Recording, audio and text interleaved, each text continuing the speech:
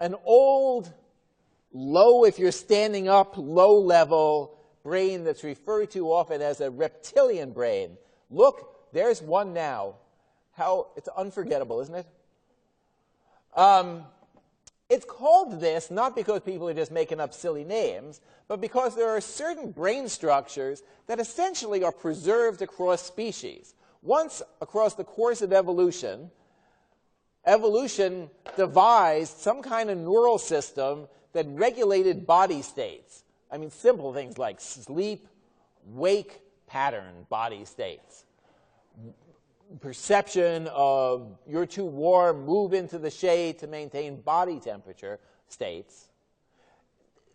Nature didn't like reinvent it over and over. The way things tend to work, especially in the level of brain, is that stuff gets added on as species become more complex. Stuff doesn't get thrown out. So the basic anatomy of some of the low-level brain regions that detect and respond to the environment, I mean, in a real simple way, like the sun is up, wake up, it's too hot, hungry, simple feelings of food. Some of those things are preserved across species even before mammalian species all the way up to the human case because they don't get reinvented, and so that's referred to as a reptilian brain, and in some way the anatomy of yours isn't that much different than if you were one of these spotted happy lizards. In that system, most of it is essentially wired in.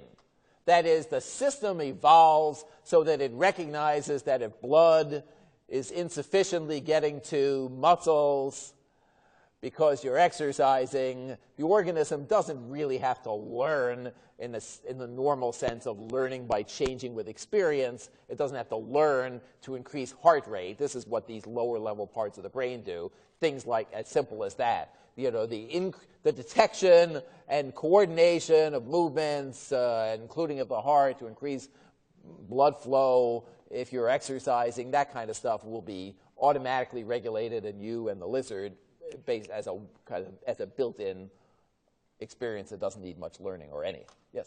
So we say that this kind of brain only focuses on the lowest portion of the hierarchy of motivation? Yes.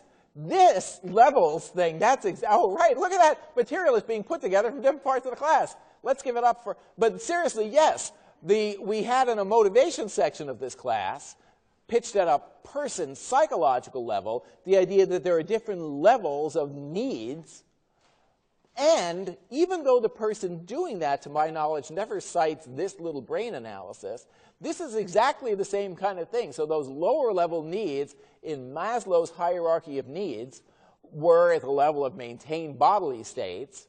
And it's not a coincidence that this lowest, now meaning almost like in an anatomical sense as well, lowest needs are exactly the same kind of things. And that won't continue perfectly, but it'll kind of continue even. Because certainly at the highest level human stuff, we're going to map onto the Maslow needs. Secondly, our friends, the furry animals, which is what they're called in psychology, the furry animals, have more brain, a heck of a lot more brain than does a frog. There'll be pictures of actual brains. It's not going to be a whole class with lizards and cats. This mammalian brain is needed to have a whole bunch of functions, and we've discussed these already, that mammals have that fish and frogs don't have. And we have intentionally put the brain material at the end because it lets you, as somebody just did in class here in the first row, lets you in a sense revisit the material from earlier in the class at a deeper level of explanation and turns this from just memorizing parts of the brain into a revisiting of the interesting psychology. We already saw that in the consciousness section of the class that these kind of animals have consciousness, but if you go low enough back into some early lizardy, froggy fish thing, it doesn't. These experiences of emotional states, feeling states, you know, let's face it, the goldfish don't ever really look angry if you don't feed them. It's not like they're, you know. But the pets, it's possible for, you know, your dog to, when the other dog goes by. Those emotional displays, is a whole different phenomenology of the animal, obviously, are coming from the existence of an extra layer of brain. And that also gives the animal more capabilities. So you can't, you don't want to, if you keep feeding your fish, they'll just keep eating and overeat and flop over, and won't be looking at much of anything else except the food. But, an animal will, that kind of furry type animal will be able to monitor the environment, will be anticipating that food is coming out when there's a cue, will look for predators if somebody might be approaching the house. It'll be doing a bunch of stuff. We'll have somewhat flexible reactions where it can gauge another animal and figure out if it should run away or fight it, where fish aren't really engaging in that sort of computation. And of course, we got one more. So what happens in the human case, I know I'm skipping a lot of species in between, and if there were any chimpanzees here, they might be insulted by the skip. But in the human case, we've got a bunch of different capabilities that are, of course, coming from the existence of more brain.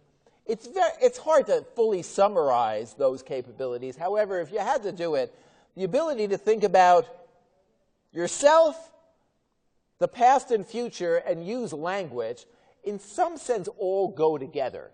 It's hard to imagine language as we think of it without there being a sense of self, because language is a way to communicate to somebody else. So to have language as we use it, you probably need some sense that there's another person who's not you to communicate your states to. And so much of language has a tense to it that the ability to think about a past and future and yourself in it and communicate about that kind of go hand in hand. It's hard to even imagine a science fiction being who uses language without a sense of self-concept. So this cluster of stuff humans can do in a way that the other animals can't, and that comes from another whole layer of brain. What I just spelled out, it comes from a guy from mid-20th century named Paul MacLean, who in what those days was really kind of an early days of neuroscience, realized that this simple-minded conception of there being three kind of levels of brain is not a bad idea, and it continues to be really not a bad idea, even though there's more brain to talk about.